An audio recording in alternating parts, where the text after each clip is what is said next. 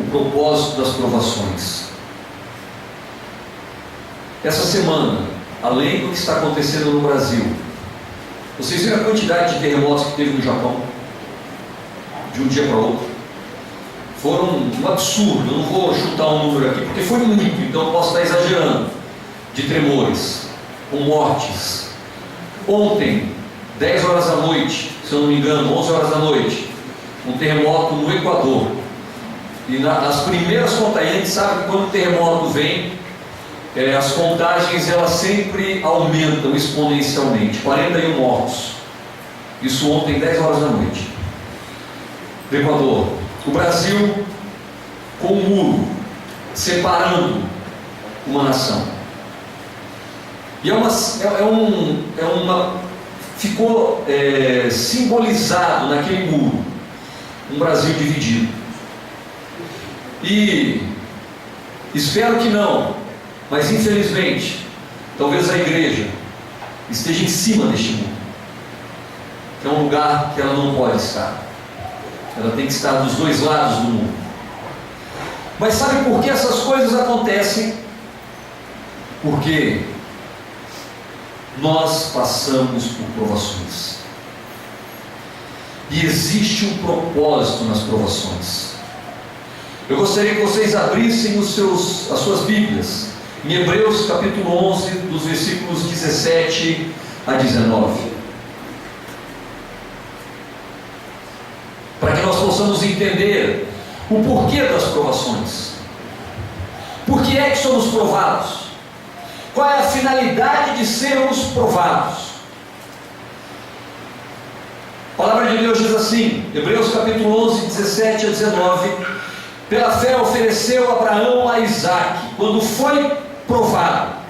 Sim, aquele que recebera as promessas, ofereceu o seu unigênito, sendo-lhe dito: em Isaque será chamada a tua descendência.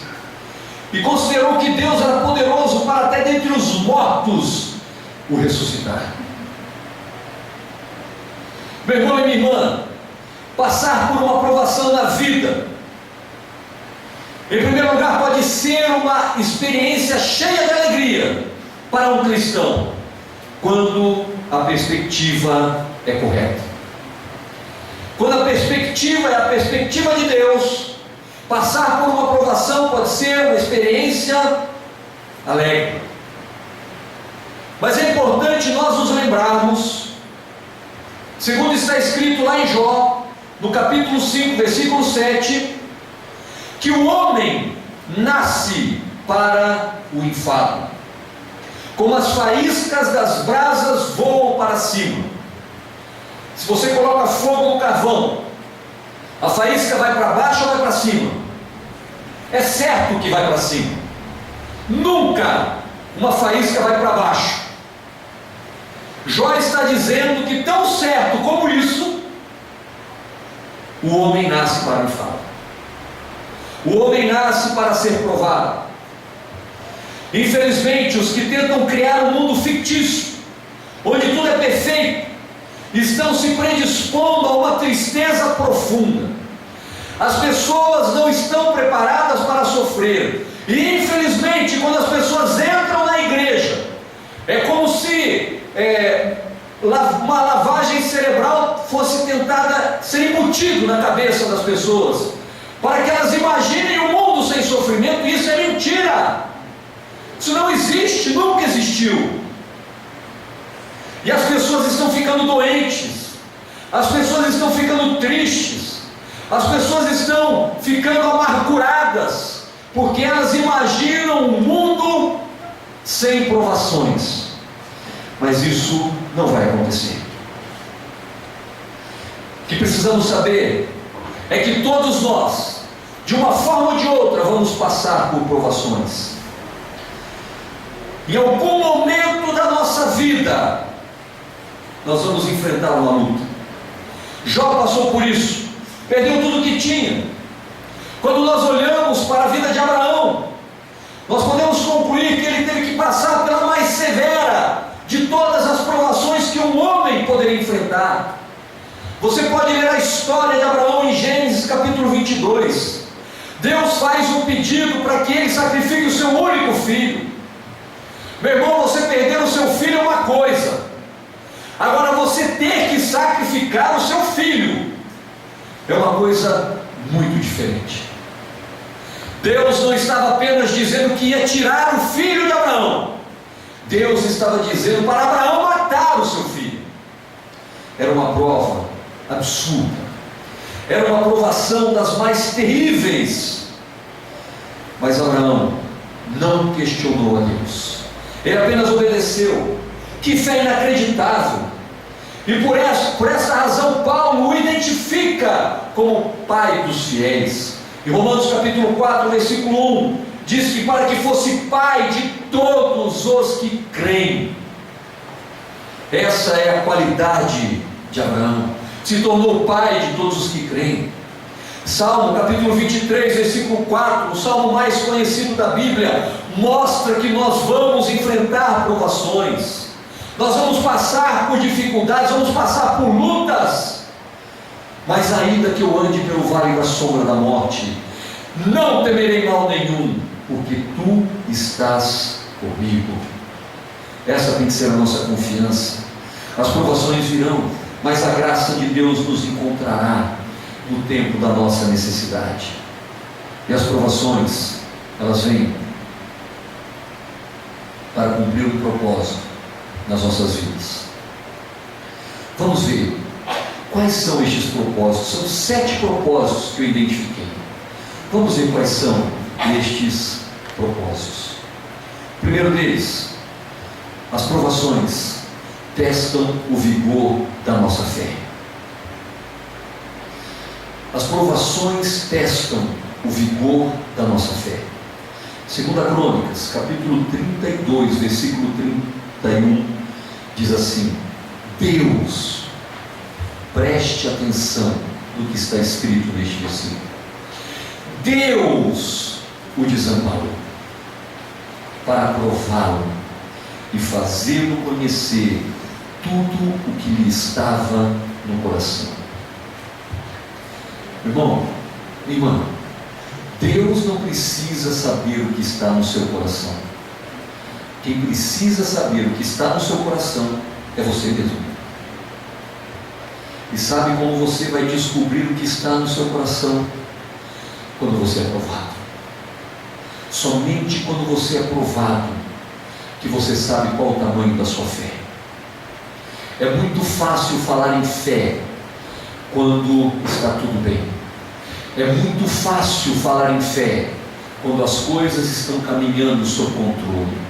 É muito fácil falar em fé quando não há nenhuma ameaça.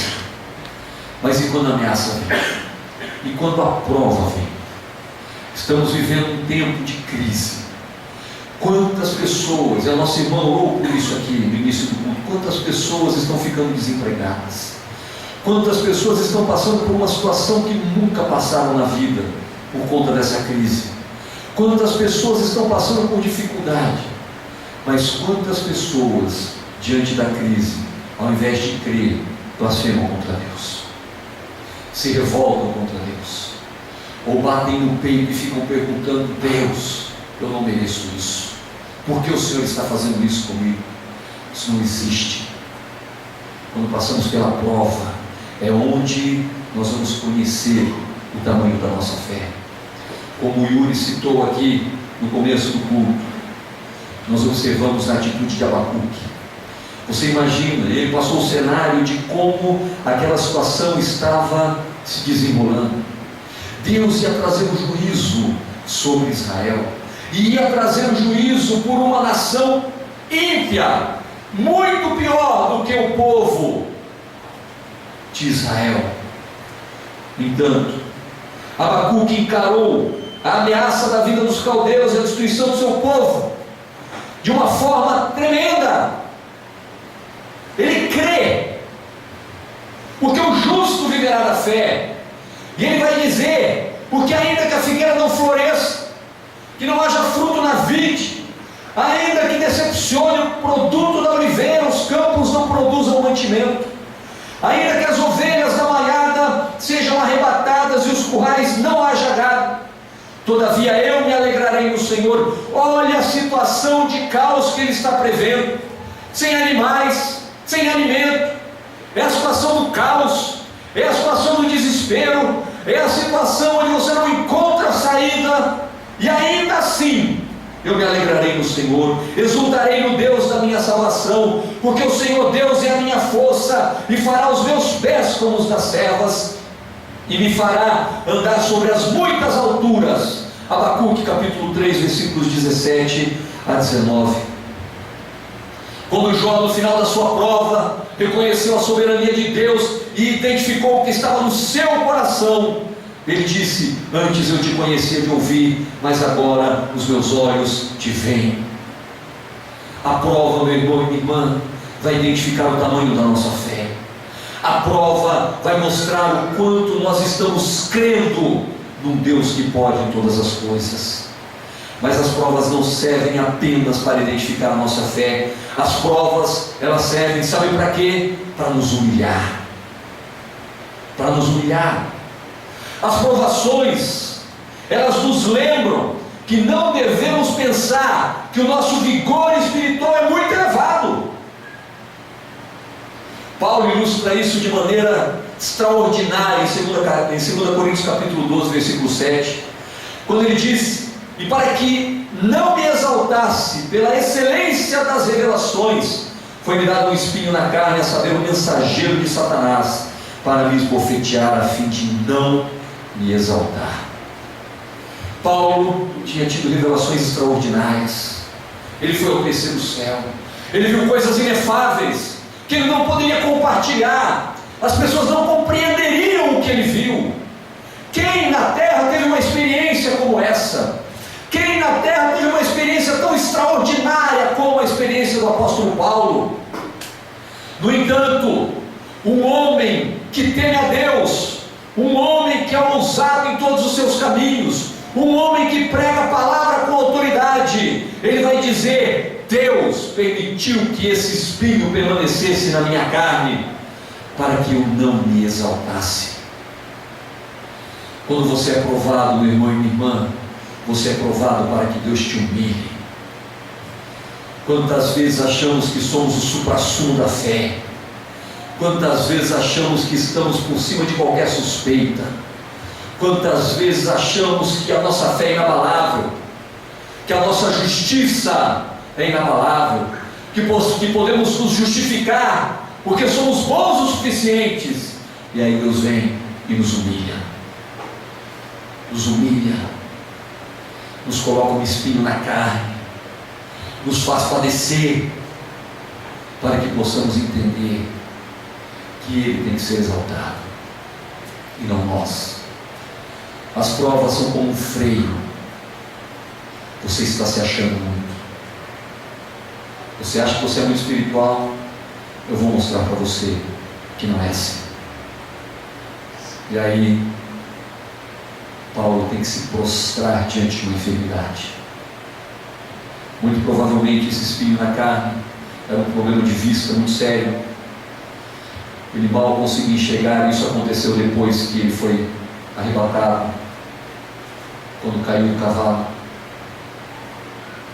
Ele ficou 3 dias sem enxergar. Muito provavelmente ele voltou enxergando muito mal. Ele queria que Deus o curasse. O homem que curou muitas pessoas, o homem que fez muitos milagres, não podia ver o milagre acontecer na sua própria vida. Por quê? Para que ele não se exaltasse, para que ele não achasse que era bom o suficiente. Mas a provação tem um outro valor nas nossas vidas. As provações, elas nos desapegam das coisas mundanas.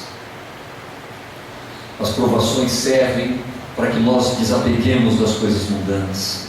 Quanto mais vivemos, mais queremos acumular. E quanto mais acumulamos, mais percebemos que essas coisas que acumulamos são incapazes de resolver as nossas ansiedades, as nossas mágoas e os profundos problemas da vida. Aí Deus nos prova para mostrar que tudo que a gente juntou não tem valor nenhum. Que é um exemplo mais claro que o exemplo de Moisés. Em Hebreus capítulo 11, no versículo 26, quando o autor está falando acerca dos heróis da fé, ele vai dizer: pela fé Moisés, sendo grande, recusou ser chamado filho da filha de Faraó, escolhendo antes ser maltratado com o povo de Deus, do que por um pouco de tempo ter o gozo do pecado,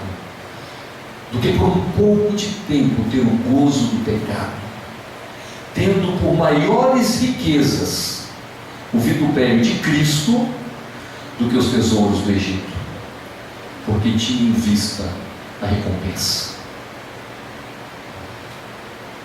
Cuidado, se você se preocupa muito em juntar, achando que isso é a segurança para a sua vida. Não estou dizendo que você não pode juntar, não estou dizendo que você não pode poupar, não é nada disso. Mas o seu coração está completamente posto nisso. Cuidado, porque uma hora Deus pode mostrar para você que você precisa desapegar dessas coisas, e aí Ele vem e te prova. A prova serve para que você se desapegue dos valores materiais, serve para que você se desapegue das coisas que te aprisionam. Conheço uma família que tem muito dinheiro, mas não é capaz de emprestar um valor pequeno para o filho ou para a filha, porque tem medo de perder o que tem. Que loucura as pessoas chegam quando elas querem juntar, mas quando Deus está tratando de nós, Ele faz com que você desapegue. Ele prova você para que você se desapegue dessas coisas. As provas nos chamam à esperança eterna. A quarta virtude de uma prova é que elas nos chamam à esperança eterna. As provações na minha vida aumentam a minha expectativa pelo céu. Eu não sei se você já teve a tristeza de passar por uma perda de uma pessoa.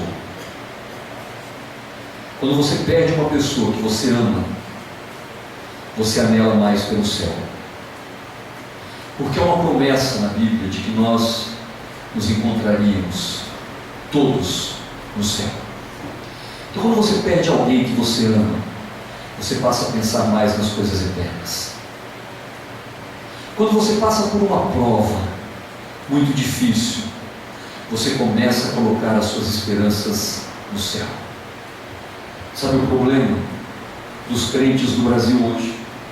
Ou até hoje talvez, né? Não sabemos a partir de amanhã. Nós juntamos muito. O Brasil prosperou bastante. A vida do brasileiro melhorou, de uma certa forma. E aí, ele parou de olhar para as coisas eternas e começou a se preocupar com as coisas terrenas. E nessas horas Deus precisa agitar as águas para que nós deixemos de olhar para as coisas que são daqui, possamos olhar para as coisas que são eternas. 2 textos do apóstolo Paulo nos mostram a importância de olhar para as coisas que são do alto. Em primeiro lugar, Romanos, nos versículos 16 a 19, depois 23 e 24, diz assim: o mesmo Espírito testifica com o nosso Espírito que somos filhos de Deus. E se somos filhos, logo somos também herdeiros, herdeiros de Deus e co-herdeiros com Cristo. E se é certo que com Ele padecemos, para que também com Ele sejamos glorificados. Porque para mim tenho por certo que as aflições deste presente século não se podem comparar com a glória que há de nos ser revelada.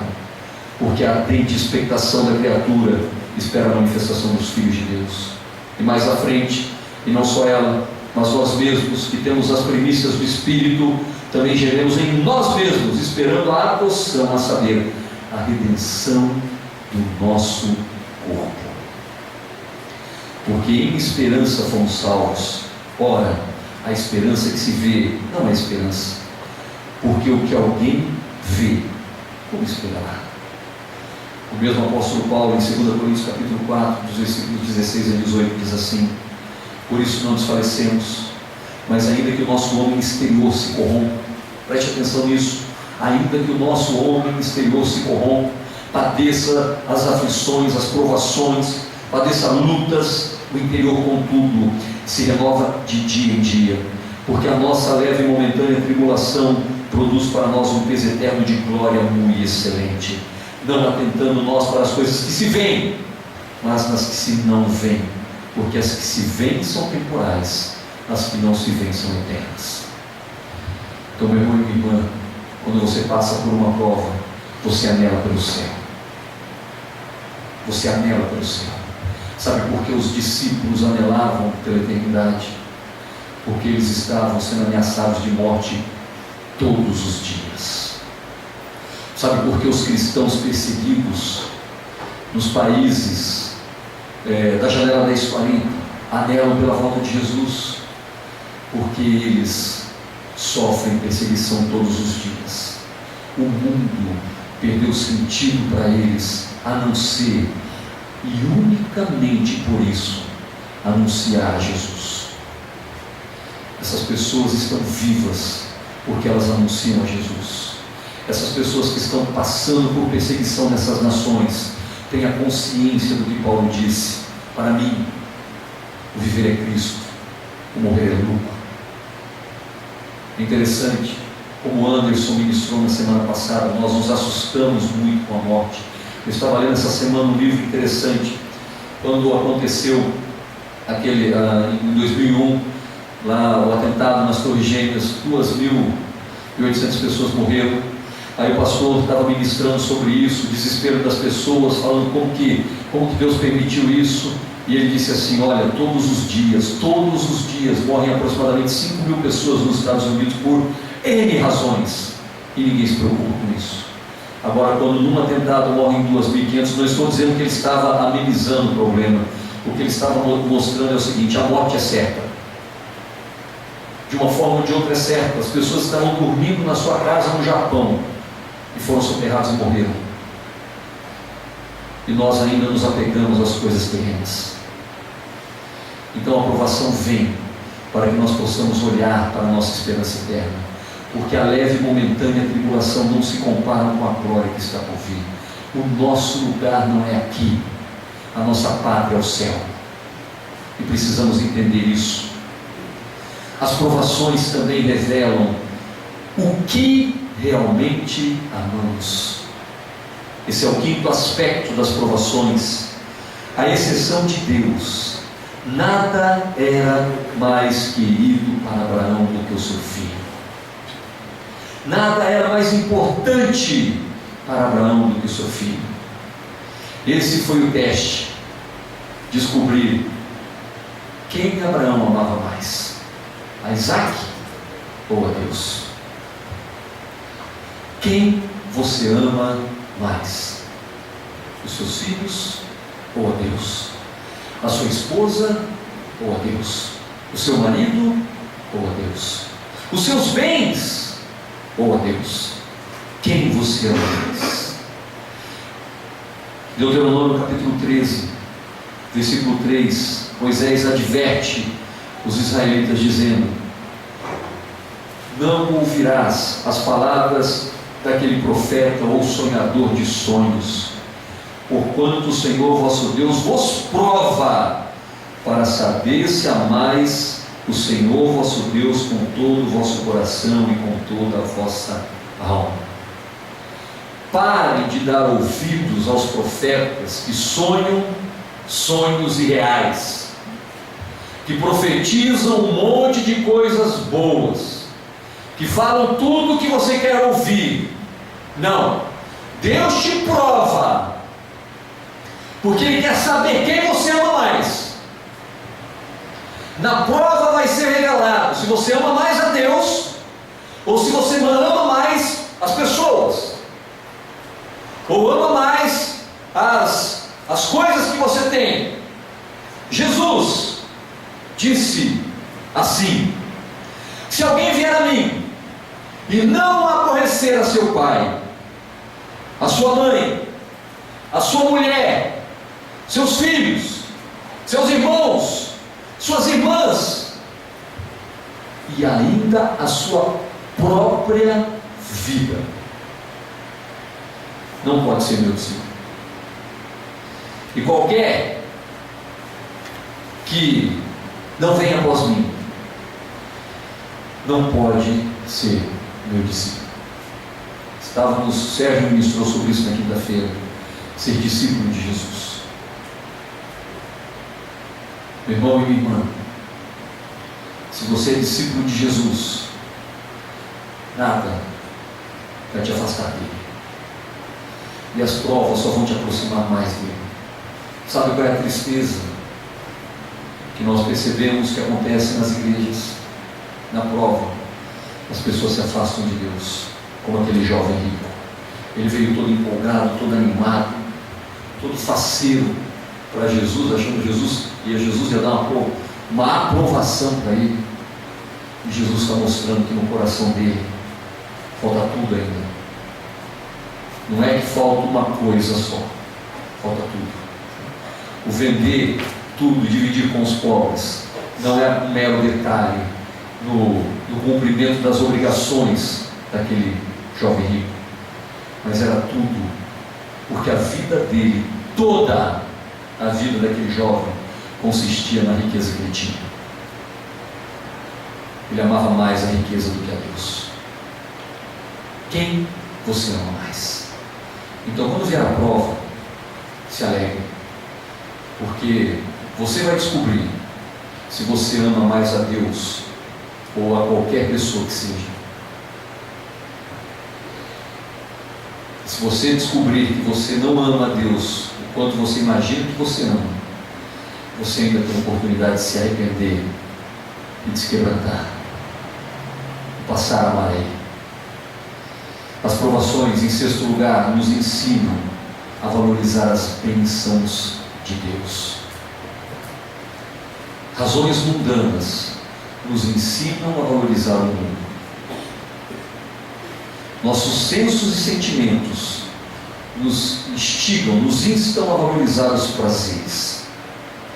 O mundo nos diz que devemos valorizar o aqui e o agora, porque a vida está aqui. O mundo nos ensina a valorizar as coisas terrenas, as bênçãos terrenas. Uma pessoa qualquer se sente mais abençoada quando Deus dá uma casa para ela do que quando Deus a visita com o Espírito Santo. O salmista diz no Salmo 84 que mais vale um dia na presença do Senhor do que 1000. Que esses 1000 dias sejam fartos de bênçãos, sejam fartos de grandes bênçãos materiais. O salmista, um dia na presença do Senhor vale mais. Quais bênçãos temos valorizado? Quais bênçãos temos tido como bênçãos verdadeiras? Por isso as provas vêm, para que nós possamos identificar qual é a bênção que nós estamos buscando. Porque a fé nos leva a valorizar as bênçãos de Deus. A fé nos leva a valorizar as bênçãos que Deus nos dá. A bênção da obediência, por exemplo. A bênção de obedecer ao que Ele manda. A bênção de fazer a sua vontade. A bênção de fugir do pecado. A bênção de caminhar uma segunda milha com quem precisa. a bênção de estender a mão para o necessitado. Todas essas bênçãos têm um valor muito maior do que toda e qualquer bênção material. Nós precisamos aprender a valorizar as bênçãos de Deus. O salmista diz assim, Salmo 63, versículo 3, porque a tua graça é melhor do que a vida. A tua graça é melhor do que a vida, e por isso os meus lábios te louvam. Jesus é o exemplo perfeito de quem foi abençoado pela sua obediência. Hebreus capítulo 5, versículos 7 a 9 diz assim, o qual nos dias da sua carne, oferecendo com grande clamor e lágrimas, orações e súplicas ao que o podia livrar da morte, foi ouvido quanto ao que temia.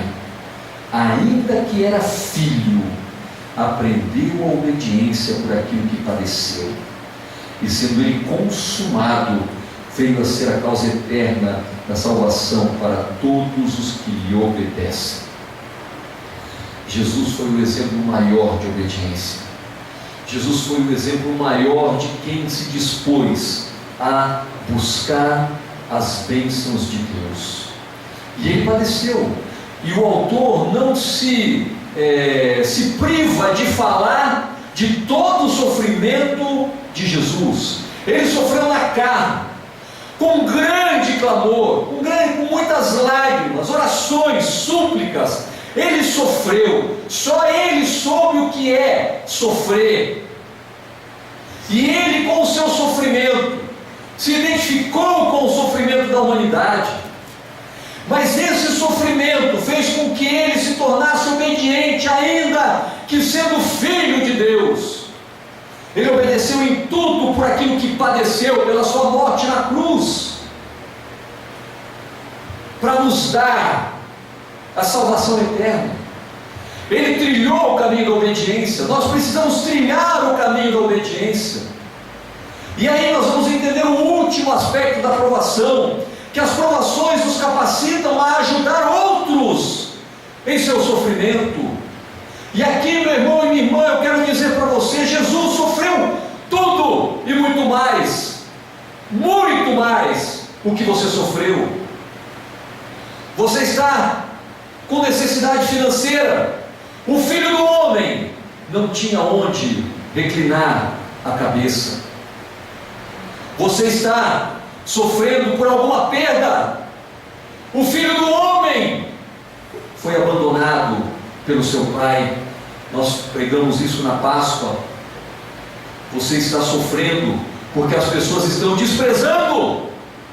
Ele foi desprezado pelos seus. Ele veio para o que eram seus, mas os seus não receberam. Você está sofrendo porque você está tendo problemas de relacionamento. Jesus nunca teve, mas os fariseus todos tinham problema de relacionamento com Jesus. Você está sofrendo pela sua rejeição, Jesus foi rejeitado. Você está sofrendo pelas suas angústias, Jesus se angustiou ao ponto de chorar lágrimas de sangue no Getsemane. Qual é o sofrimento que Jesus não passou? E por isso ele se identifica com o seu sofrimento. Qualquer que seja o seu sofrimento, ele se identifica, ele sabe. Você está com dores pelo seu corpo, ele foi varão de dores. E se uma perseguição vier a acontecer no Brasil, não sabemos. Se uma guerra civil acabar acontecendo no Brasil, não sabemos. Jesus teve uma nação inteira contra ele. Teve um império inteiro contra ele. No entanto, ele deixou-se padecer e sofrer todas as suas agruras para que ele se identificasse com o seu sofrimento. E é interessante que mesmo ele tendo sofrido, ele vai falar para Pedro, em Lucas capítulo 22, versículo 31 e 32.